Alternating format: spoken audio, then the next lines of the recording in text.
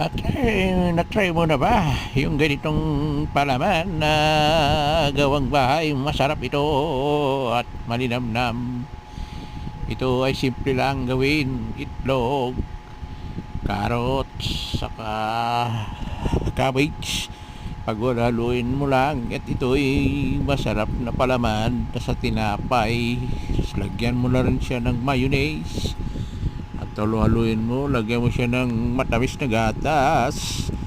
Siya ay masarap ng palaman. Masustansya pa.